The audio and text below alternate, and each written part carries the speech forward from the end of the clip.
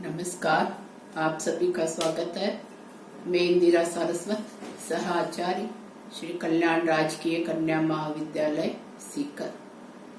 पिछले 2 वीडियो में हम देव कवि को पढ़ रहे हैं।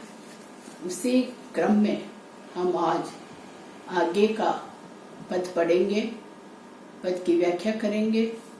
हमारा पद इस प्रकार है। जब ते कुंवर कान रावरी कला निदान, कान परि वाक्य कहूँ सुयस कहानी सी, तब ही ते देव देखी देवता सी हसती सी, खिजती सी रिजती सी रूसती रिसानी सी, छोई सी छली सी छीन लीनी सी, छकी सी छीन जकी सी, ठगी सी लागी थकी ठहरानी सी, बिंदी सी बंदी सी विष बूढ़ी सी, विमोहित सी बैठी वह बकत विलोकत बिकानी सी। यहाँ श्री कृष्ण के प्रेम में अनुरक्त राधा की विभिन्न हाव भाव मनोदशाओं का चित्रण किया गया है। कवि देव कहते हैं कि एक सखी श्री कृष्ण से जाकर कहती है कि हे कृष्ण, जब ते कुंवर कान रावरी कला निदान, कि सखी ने श्री कृष्ण से जाकर कहा रावरी आपकी, कि हे श्री कृष्ण, कैसे श्री कृष्ण है? कला निदान, जो कलाओं के भंडार है, ऐसे श्री कृष्ण। जब से कि हे कुंवर श्री कृष्ण, आपको उस मेरी सखी ने देखा है, कान परि वाक्य कहूँ सुयस कहानी सी, कि मेरी उस सखी ने आपके यश की कथा को, आपके यश को अपने कानों से सुना है। तब ही ते देव देखी देवता सी हसती सी, खिजती सी रिजती सी रूसती रिसानी सी, कि तब से वह कभी देवताओं की भांति हंसती हुई मुझे नजर आती है। तब ही ते देव देखी देवता सी हसती सी। देव कवि कहते हैं कि राधा ने श्री कृष्ण के यश के बारे में जो सुना तो वह पूर्वानुराग से ग्रसित हो गई और वह इस कद्र श्री कृष्ण के प्रेम में डूब गई, अनुरक्त हो गई कि उसकी जो हम विभिन्न स्थितियां को देख कैसे पाते हैं कि वह देवताओं की भांति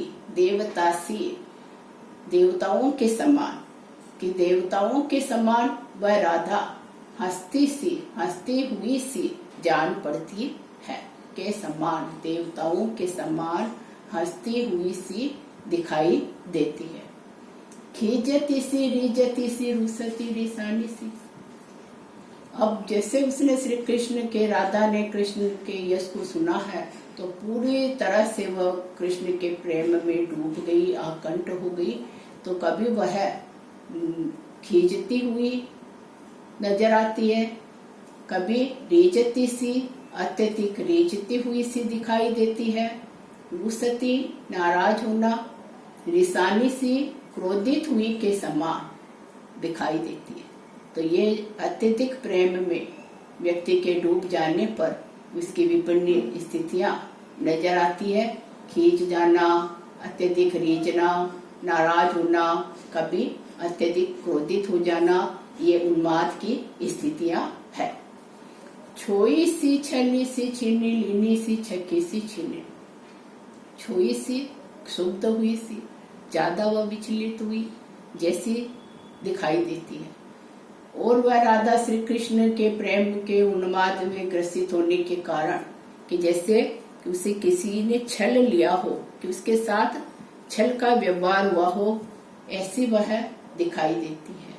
छीन लीनी सी, कि जैसे उसका सर्वस्व लुट गया हो, छीन लिया गया हो, ऐसी वह राधा दिखाई देती है। छकी सी छीन, कि अत्यधिक प्रेम में डूबी हुई और अत्यधिक क्षीण कमजोर वह राधा नजर आती है। जैकी सी ज्यादा ऐसा लगता है कि वो बहुत ही जिद्दी स्वभाव की हो गई है। जैकी सी ठगी सी कि किसी ने उसे ठग लिया हो, ठगी हुई के समान वह राधा दिखाई देती है। लागी थकी ठहरानी सी, और श्री कृष्ण के प्रेम में अत्यधिक डूबे रहने के कारण कि वह थकी थकी सी नजर आती है।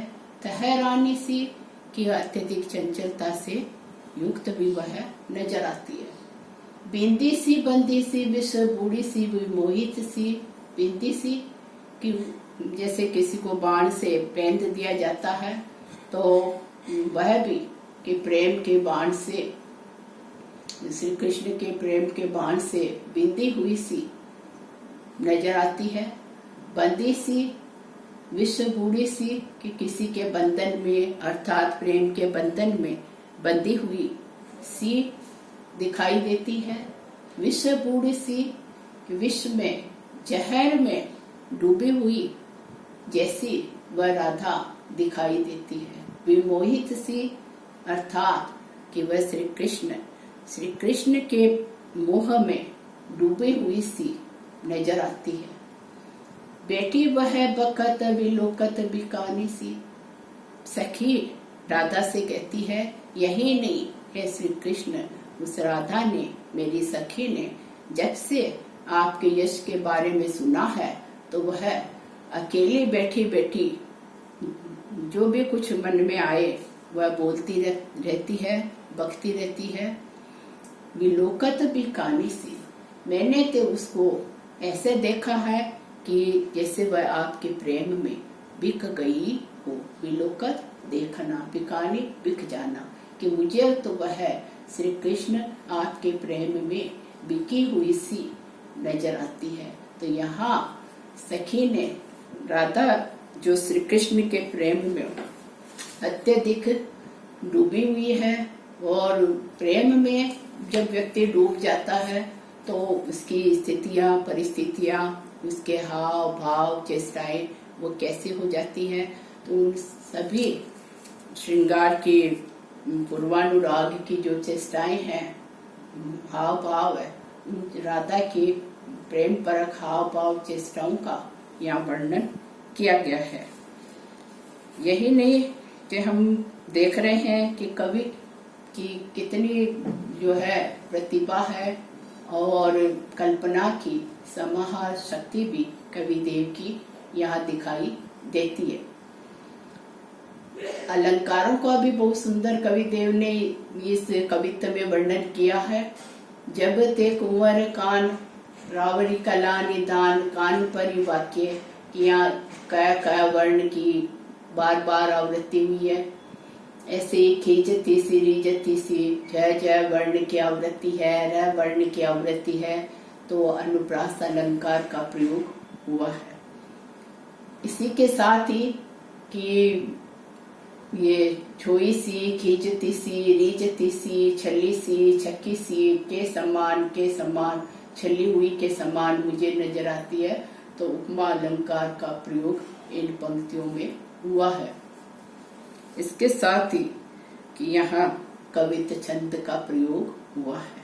तो राधा की श्री कृष्ण के प्रेम में अत्यधिक डूब जाने पर राधा की उन्माद अवस्था का इस कवित्व में वर्णन हुआ है।